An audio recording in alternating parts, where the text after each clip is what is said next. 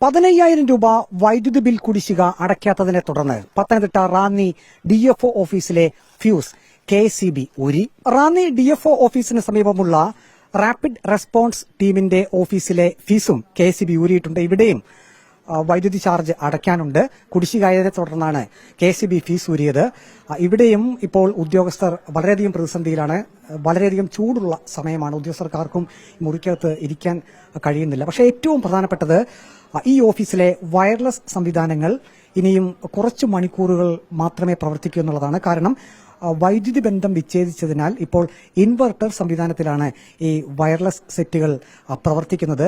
ഇപ്പോൾ തന്നെ 2 മണിക്കൂറിലധികം ഇൻവെർട്ടറിന്റെ സഹായത്തോടുകൂടി ഈ സംവിധാനം പ്രവർത്തിച്ചു വരികയാണ്. ഇനിയും കേവലം 2-2.5 മണിക്കൂർ മാത്രമേ ഈ വയർലെസ് സംവിധാനം ഇൻവെർട്ടറിൽ പ്രവർത്തിക്കൂ എന്നാണ് ഉദ്യോഗസ്ഥർ പറയുന്നത്. പത്തനംതിട്ട കൂടുതലും വനമേഖലയുള്ള സ്ഥലമാണ്. വന്യമൃഗങ്ങളുടെ ആക്രമണം സ്ഥിരമായി ഉണ്ടാകുന്ന ഒരു സ്ഥലം കൂടിയാണ്. അങ്ങനെ ആക്രമണങ്ങൾ ഉണ്ടാകുമ്പോൾ വയർലെസ് സംവിധാനം ഉപയോഗിച്ചാണ് വനംവകുപ്പ് ഉദ്യോഗസ്ഥർ പല ഓഫീസുകളുമായിട്ടും വനംവകുപ്പിന്റെ പല ഓഫീസുകളുമായി ബന്ധപ്പെടുന്നതും ഈ സുരക്ഷാ സംവിധാനങ്ങളൊക്കെ ഏകോപിപ്പിക്കുന്നതും. ഇക്കാരണത്താൽ വൈദ്യുതി ബന്ധം വിച്ഛേദിച്ചതിനാൽ വയർലെസ് സംവിധാനം പൂർണ്ണമായും നിന്നുകഴിഞ്ഞാൽ ആശയവിനിമയ സംവിധാനം പൂർണ്ണമായും നിൽക്കും. പലയിടങ്ങളിലും മൊബൈൽ ഫോണിന്റെ ടവർ അതിന്റെ ടവർ സംവിധാനങ്ങൾ പലയിടങ്ങളിലും ഇല്ലാത്ത ഏരിയകൾ പത്തനംതിട്ട ജില്ലയിലുണ്ട്. പ്രത്യേകിച്ച് മലയോര മേഖലകളിൽ ഉൾപ്പെടെ അവിടെ നിന്നുള്ള കമ്മ്യൂണിക്കേഷൻസ് ഉൾപ്പെടെ അവിടെയുള്ള വനവകുപ്പ് ഓഫീസിൽ നിന്നുള്ള കമ്മ്യൂണിക്കേഷൻസ് സാധ്യമാകുന്നത് വയർലെസ് സംവിധാനത്തിലൂടെയാണ്. അങ്ങനെ വരുമ്പോൾ കെഎസ്ഇബി ഇങ്ങനെ ഫ്യൂസ് വിച്ഛേദിച്ചതിലൂടെ ഈ റാപ്പിഡ് റെസ്പോൺസ് ടീമിന്റെ പ്രവർത്തനവും അവതാളത്തിലാകാൻ പോവുകയാണ്. വൈദ്യുതി ബന്ധം വിച്ഛേദിച്ചതിലൂടെ റാന്നി ഡിഎഫ്ഒ ഓഫീസിലെ ജീവനക്കാരും പ്രതിസന്ധിയിലായി. കനത്ത ചൂടാണ്. ഓഫീസ് മുറിക്കുള്ളിലെ ഫാൻ സംവിധാനമൊന്നും പ്രവർത്തിക്കുന്നില്ല. കനത്ത ചൂടിൽ ഓഫീസ് മുറിക്കുള്ളിലിരുന്ന് തങ്ങളുടെ ഡ്യൂട്ടി ചെയ്യേണ്ട ഒരു അവസ്ഥയിൽ കൂടിയാണ് റാന്നി ഡിഎഫ്ഒ ഓഫീസിലെ ജീവനക്കാർ. പ്രത്യേകിച്ച് നോട്ടീസ് നൽകാതെയാണ് കെഎസ്ഇബി അധികൃതർ ഫ്യൂസ് ഊരിയതെന്ന് റാന്നി ഡിഎഫ്ഒ ജയകുമാർ ശർമ്മയും വ്യക്തമാക്കി. ഫ്യൂസ് പുനഃസ്ഥാപിക്കണമെന്നാവശ്യപ്പെട്ട് കെഎസ്ഇബിക്ക് കത്ത് നൽകിയതായും റാന്നി ഡിഎഫ്ഒ അറിയിച്ചു. പ്രത്യേകിച്ച് നോട്ടീസൊന്നും തന്നില്ല. പെട്ടെന്ന് വൈദ്യുതി പോയി ഉച്ചയ്ക്ക് 1 മണിയായപ്പോഴത്തേക്ക് നോർമൽ മെയിൻ്റനൻസ് ആണെന്ന് വിചാരിച്ചു.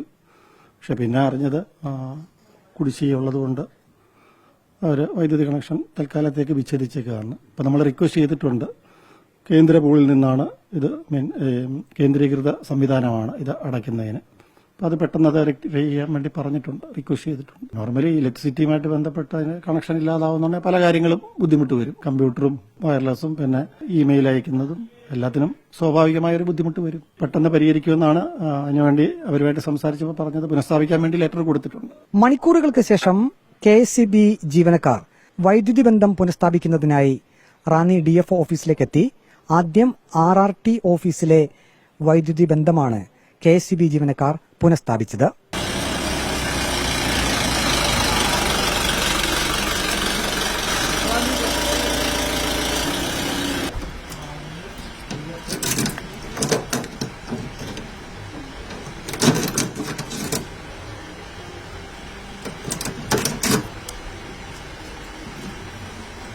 മണിക്കൂറുകളോളമുള്ള അനിശ്ചിതത്വത്തിനൊടുവിൽ റാന്നി ഡിഎഫ്ഒ ഓഫീസിലെ വൈദ്യുതി ബന്ധം കെഎസ്ഇബി ജീവനക്കാരെത്തി പുനഃസ്ഥാപിച്ചു.